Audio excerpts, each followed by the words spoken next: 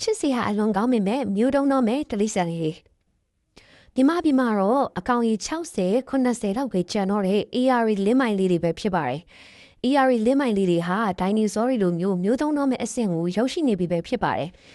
ဒီ AR လင်းမိုင်လေးတွေဟာအရှိတောင်အာရှရဲ့ထင်ရှားတဲ့ရင်းနေနို့တိုက်တရဝတစ်မျိုးဖြစ်တဲ့သူတို့ကိုအရှိတောင်အာရှရဲ့မြစ်ကြီးများဖြစ်တဲ့ AR မြစ်ဂင်္ဂါမြစ်ဘဲခေါင်မြစ်နဲ့အင်ဒိုနီးရှားနိုင်ငံဘော်နီယိုကျွန်းပေါ်ကမဟာခံမြစ်ထဲမှာလည်းတွေ့ရှိရပါတယ်။မြန်မာနိုင်ငံမှာတော့ AR မြစ်အတွင်းဗမော်နဲ့မန္တလေးအကြားမြေကြောင်းတစ်လျှောက်မှာအများဆုံးတွေ့ရပါတယ်။သူတို့လေးတွေရဲ့ချစ်စရာကောင်းပြီးတော့ထူးခြားတဲ့အလေးတစ်ခုရှိသေးတယ်။အဲ့ဒါကတော့တန်ငါသေးတွေနဲ့ပူပေါင်းပြီးတော့ငါးဖက်နဲ့အလေးထားပဲဖြစ်ပါတယ်။မင်းကုန်းနဲ့မန္တလေးမြောက်ဖက်ရှိမြင်းစွန်းရွာအနီးမှာဆိုရင်တန်ငါသေးတွေဟာသူတို့ဘူဘလက်ထက်ကလေးက AR လပိုင်းလေးတွေရဲ့အကူအညီနဲ့ငါးဖက်ငေးရတာပါ။တန်ငါသေးတွေက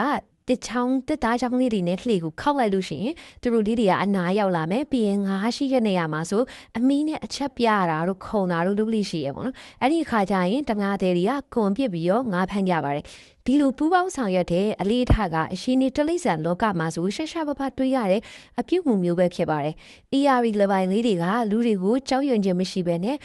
ဖော်ရည်တဲ့သူတို့ရဲ့သဘောထားလေးတွေကြောင့်လူသားတွေနဲ့ရင်းနှီးမှုကိုတည်ဆောက်နိုင်ခြင်းပဲဖြစ်ပါတယ်သူတို့ကတခြားလင်းမိုင်လေးတွေလိုမျိုးနှုတ်သီးမရှိဘဲနဲ့ခေါင်းလုံးလုံးလေးနဲ့ချစ်စရာလေးပေါ့နော်သူတို့အသက်ရှူတဲ့အခါကျရင်အဲ့ဒီခေါင်းလုံးလုံးလေးတွေကရေပေါ်မှာပေါ်ပေါ်လာလေးရှိတယ်သူတို့ရဲ့အယောင်ကအပြရောင်ဆိုပေမဲ့ခက်မုံမွဲပေါ့နော်ခဲပြရောင်ဘက်သွားရပေါ့နော်ဝမ်ဘိုက်ကတော့အဖြူရောင်တန်းတယ်အရှေအားဖြင့်၄ပေကနေပြီးတော့9ပေထိရှိတယ် AR လပိုင်းလေးတွေဟာများသောအားဖြင့်အုပ်စုဖွဲ့နေထိုင်တတ်ကြပြီးတော့အချင်းချင်းလဲဂယူဆိုင်တတ်ကြပါတယ်သူတို့ကကိုဝင်တစ်ခါလွယ်ရင်14လလောက်ကြာပြီးတော့တစ်ချိန်မှတစ်ခေါင်ပဲမွေးဖွားပါတယ်သူတို့လေးတွေဟာအခုဆိုရင်မျိုးတုံးတော့မဲ့အနေရနဲ့ရင်ဆိုင်နေရပါတယ်သူတို့လေးတွေကိုမျိုးတုံးမှုမှာကာဝယ်ဖို့ဆိုရင်အစိုးရဒေသခံများပတ်ဝန်းကျင်ထိန်းသိမ်းကာဝယ်ရေးအဖွဲ့အစည်းများနဲ့နိုင်ငံတကာအသိုက်အဝန်းတို့ကပူးပေါင်းဆောင်ရွက်ချဖို့တူအပ်ပါတယ်ဒီ AR လပိုင်းလေးတွေကိုအတက်နိုင်ဆုံးကာဝယ်ဖို့အတွက်ဆိုရင်တော့လျှက်စစ်နဲ့ short တိုက်ပြီးငါးဖမ်းတာတွေကိုတင်းကျပ်စွာတားမြစ်သင့်ပါတယ်လျှက်စစ် short တိုက်ငါးဖမ်းခြင်းကသူတို့အတွက်အန္တရာယ်အများဆုံးဖြစ်ပြီးရောချက်ချင်းကိုသူတို့အသက်အန္တရာယ်ဖြစ်စေပါတယ်သူတို့ကြက်စားရနေရာတွေမှာလေကွန်ကြီးများနဲ့ငါးဖမ်းခြင်းနီးကိုလည်းထိန်းချုပ်တဲ့မတော်တဆငါးဖမ်းကွန်ကြီးတွေနဲ့ညှိမိပြီးသူတို့လေးတွေအန္တရာယ်ဖြစ်နိုင်တယ်ပေါ့နော်ပြီးတဲ့အခါစက်ယုံအလူယုံတွေကထွက်ရှိရရေစိုးတွေ